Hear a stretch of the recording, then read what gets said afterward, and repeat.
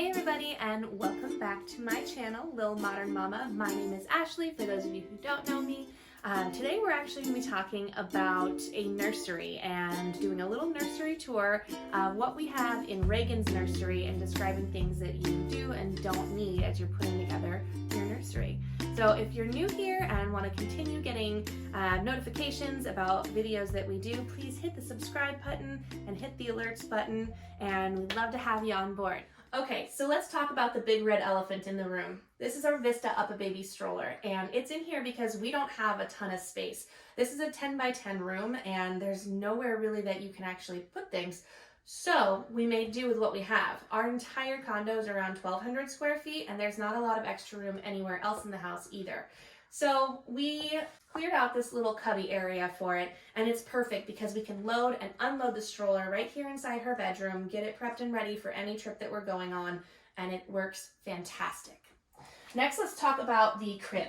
Now, the American Association of Pediatrics actually recommends that your babies stay in the same room with you until they're 6 to 12 months of age, which in my opinion is a really long time.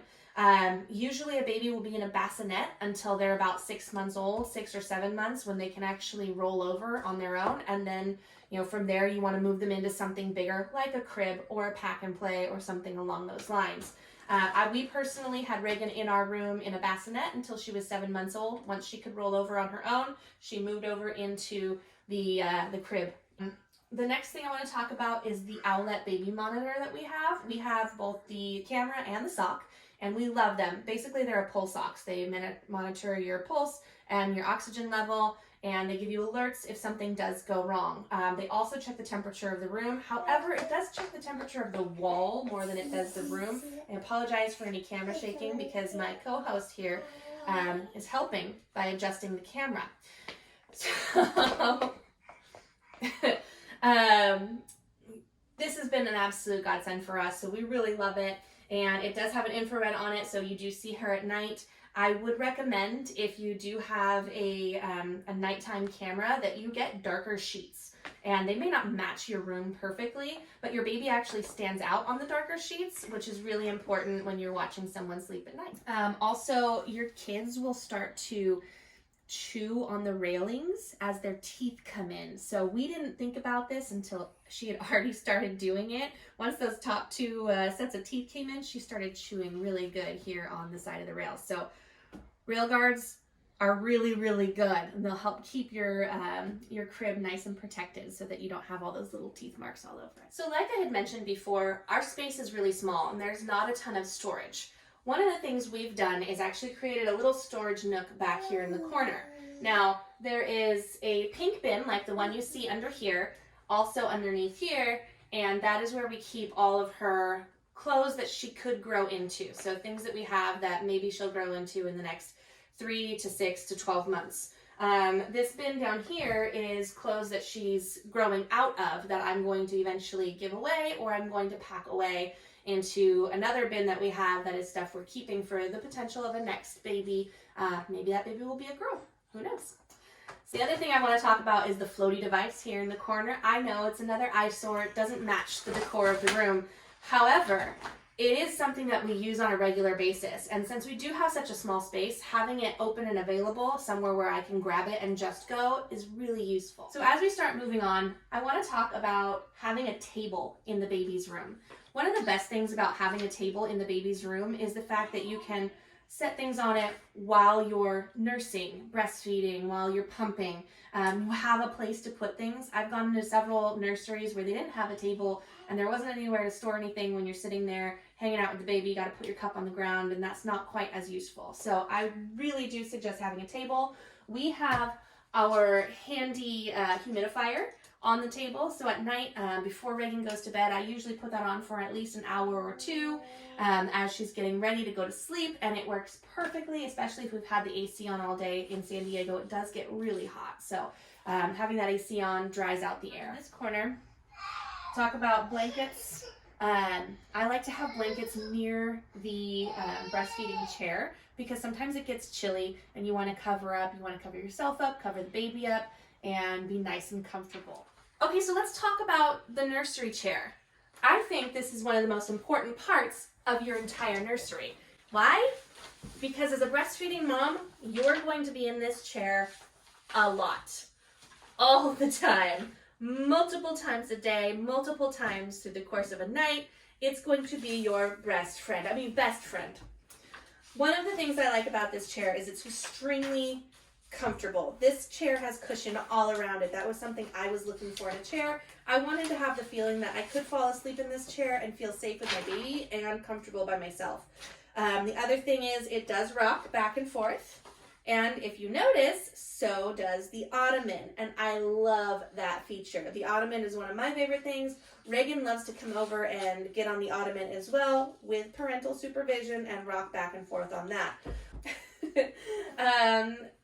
Really, you want to make sure you have the right chair for you and for what your needs are and the space that is available. This chair is actually really big for the space that we have, and it would be nice to have something smaller, but I mean, come on, this thing is push. Okay, so let's talk about the changing station. Now, I always thought that you had to have a changing station in every single room, which totally you can if you want to, and that's awesome if you do. I like to have like a little caddy and just have it all in one spot. However, it did become very effective to us to have one changing area where Reagan could come and get changed and be comfortable changing in that spot and have it be a known location. So we had her in here.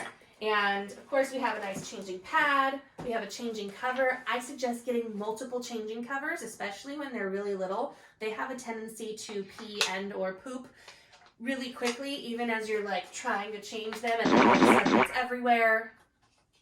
Have backups.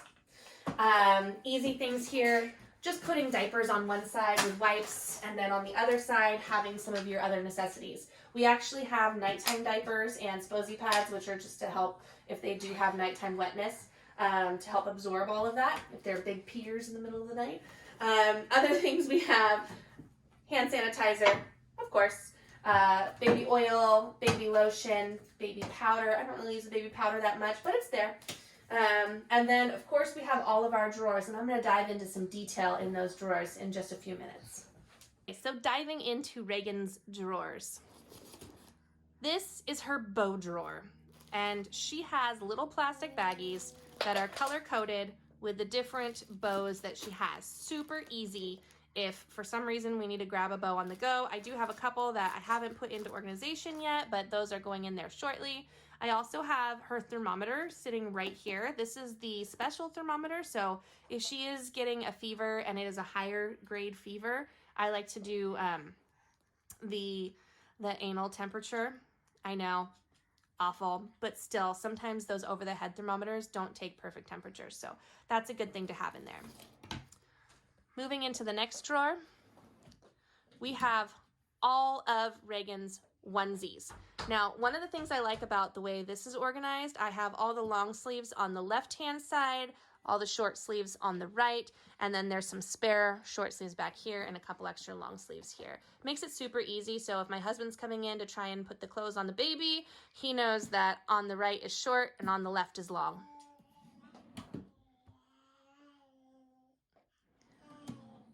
Diving into her pants drawer. So she's got all of her long pants here, she's got shorts here in front, and then she's got some leggings and tights here in the back. Watch your fingers. You want to open this one for mommy?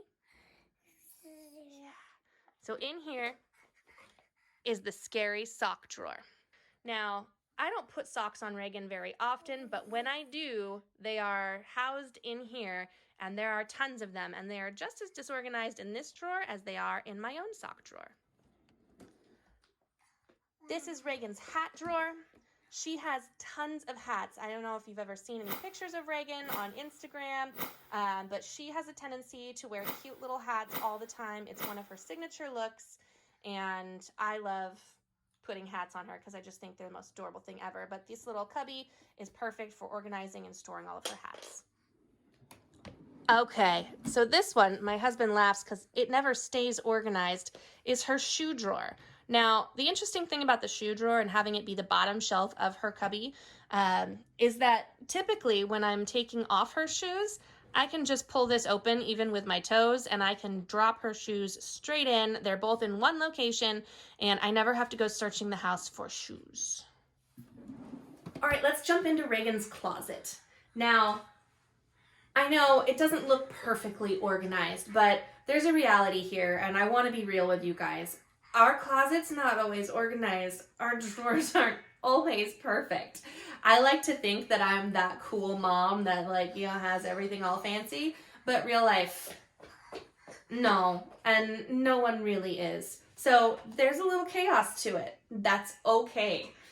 So some of the things that I like in Reagan's closet: her fuzzy pink hangers with the little notches on them here. The felt hangers always are space savers, and they help to keep the clothes locked into place, which is perfect. I like that they're pink. I did use those little cards for a long time with the like 0 to 3 months, 3 to 6 months, but what I found was that she was in between so many sizes. My husband could never figure out which size she actually was going to be in, and he just said throw them all away and get rid of them. I still have them back there in the corner, but it's fine. We have extra toys in here in the cubbies, and in the totes we have some of our stored stuff. So you might see in here we have extra Sposy pads and diaper wipes. And going to the next one down, we have spare hangers and even a spare diaper genie refill, which is another thing I didn't cover. With the changing station, the diaper genie is on the left-hand side right when you're throwing away the diapers. It's perfect.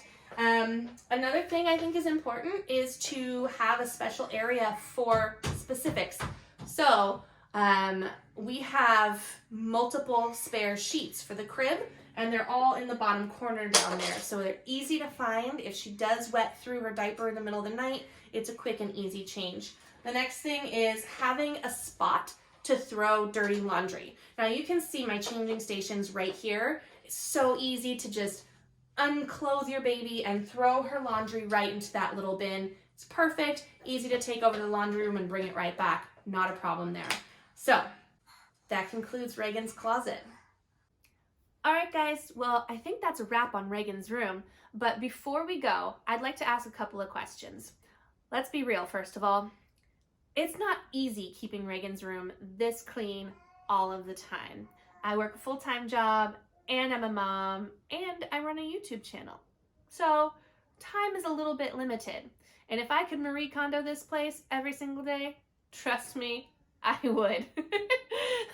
But that being said, I'd love to hear some of the tips you guys have, things you do to help keep your baby's room organized on the regular.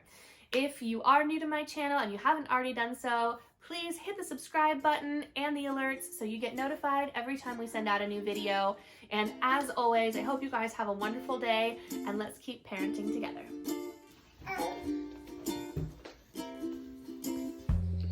Oh, are you hiding?